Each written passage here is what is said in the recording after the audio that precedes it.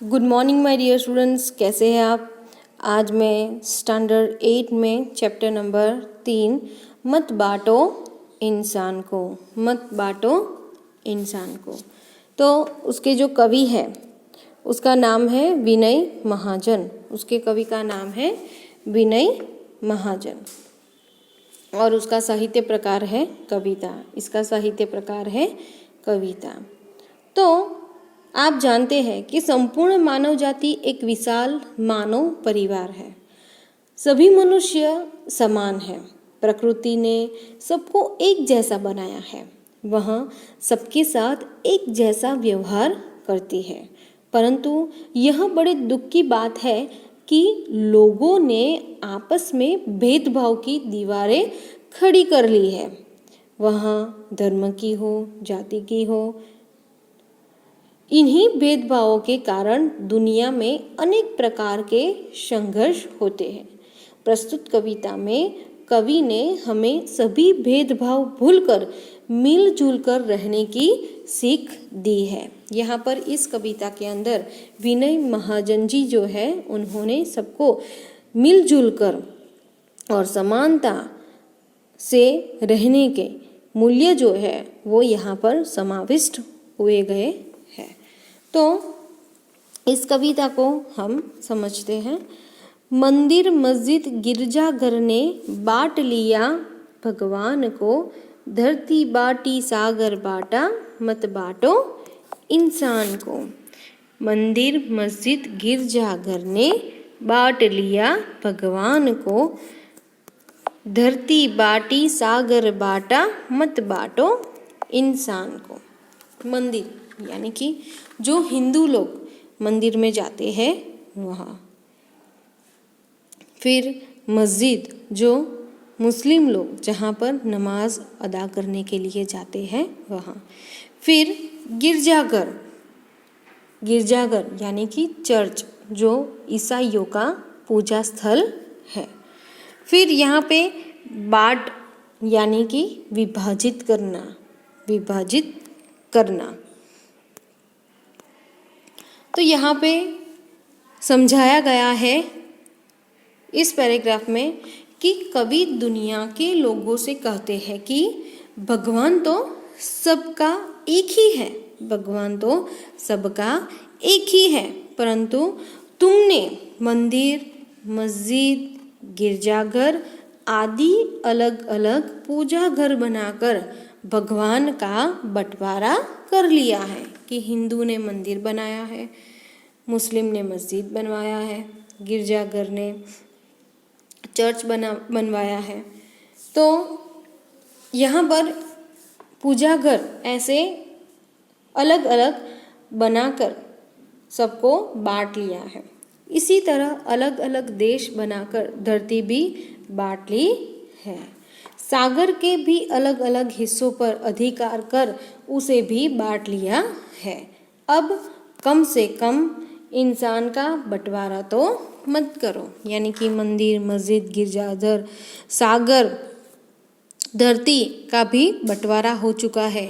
अब इंसान को मत बांटो। आगे, अभी राह तो शुरू हुई है, मंजिल बैठी दूर है, उजियाला महलों में बंदी, हर दीपक मजबूर है। यहाँ पर राह शब्द दिया है। राह यानी कि रास्ता, फिर मंजिल, मंजिल यानी कि लक्ष्य।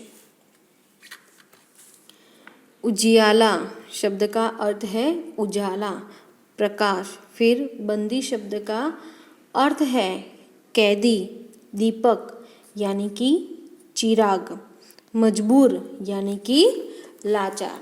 तो यहाँ पर बताया गया है कि दुनिया में समानता की भावना फैलने की अभी तो शुरुआत हुई है। समानता का भाव पूरी तरह फैलने में अभी देर है। उसके लिए अभी बहुत प्रयत्न करने पड़ेंगे। बिजली की रोशनी अभी केवल धनी यानी कि पैसे वालों जो लोग हैं लोगों के घर में ही है।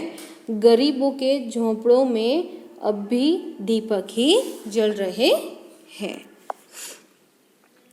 मिला न सूरज का संदेशा, हर घाटी मैदान को, धरती बाटी सागर बाटा, मत बाटो इंसान को। कि यहाँ पे बताया गया है कि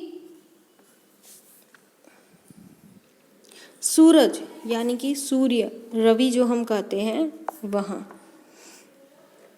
घाटी शब्द का अर्थ है दो पहाड़ों के बीच का समतल स्थल, दो पहाड़ों के बीच का समतल स्थल।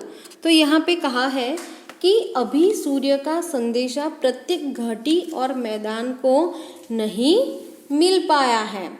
मानव समानता का विचार अभी दुनिया के बहुत से भागों तक नहीं पहुंचा है। यहाँ पर सूर्य और घाटी का उदाहरण देकर यहाँ पे विनय महाजन जी जो है वो हमें यहाँ समझाते हैं कि अभी सूर्य का संदेश प्रत्येक घाटी और मैदान को नहीं मिल पाया है। मानव समानता का विचार अभी दुनिया के बहुत से भागों तक नहीं पहुंचा है। आगे, अभी हरी भरी धरती है, ऊपर नील वितान है, पर न प्यार हो तो जग सूना, जलता रेगिस्तान है। यहाँ पर नील यानी कि नीले रंग का, ब्लू रंग का हम कहते हैं, ब्लू कलर का वहाँ। फिर वितान का अर्थ है विस्तार, वितान का अर्थ है विस्तार। फिर जग यानी कि संसार, दुनिया। सूना यानी कि निर्जन, खामोश। फिर रेगिस्तान यानी कि मरुभूमि, रेतीला प्रदेश।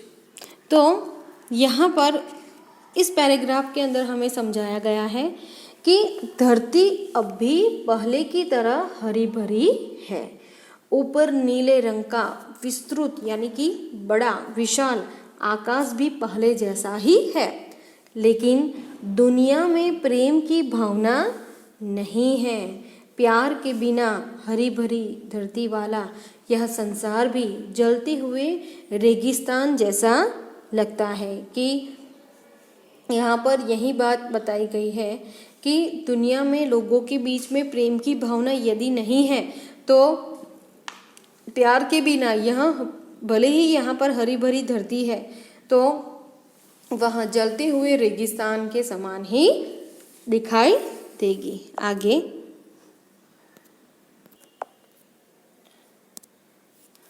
अभी प्यार का जल देना है, हर प्यासी चट्टान को, धरती बाटी सागर बाटा, मत बाटो इंसान को।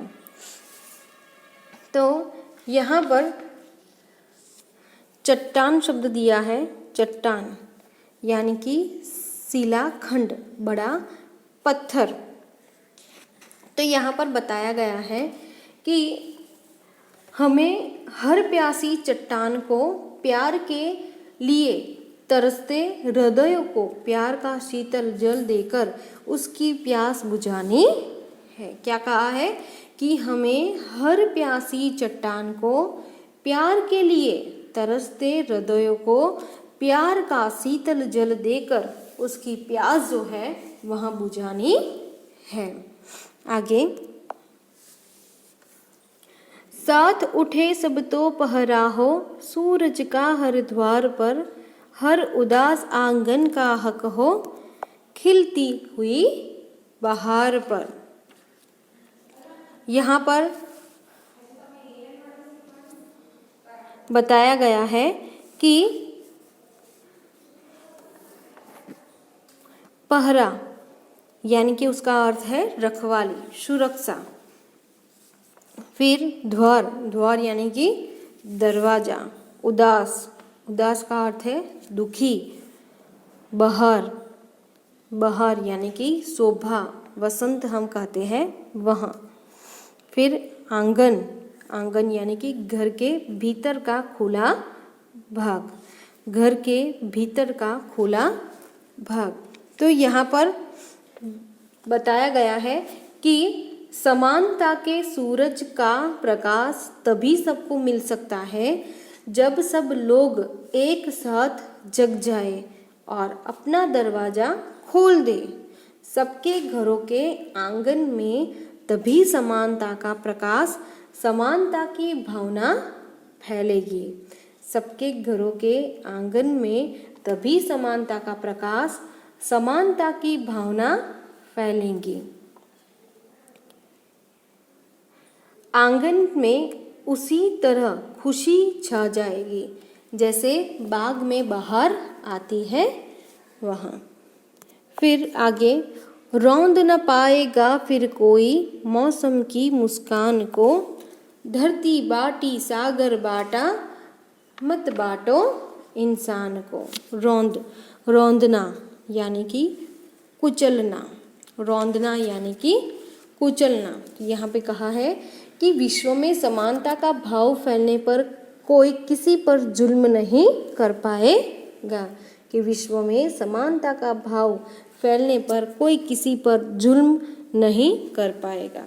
तो यहाँ पर विनय महाजन जी जो है उन्होंने प्रकृति का उदाहरण देकर हमें समानता का भाव, कि हमारे अंदर समानता का भाव होना चाहिए, भेदभाव नहीं होना चाहिए। तो यहाँ पर यही बात जो है वह स्पष्ट बताई गई है कि मंदिर का बंटवारा हो चुका है, मस्जिद का बंटवारा हो चुका है, सागर का भी बंटवारा हो चुका है, धरती का भी बंटवारा हो चुका है, लेकिन अब हमें इंसान का बंटवारा करना नहीं है। तो यहाँ पोयम जो है वह कंप्लीट होती है। Thank you.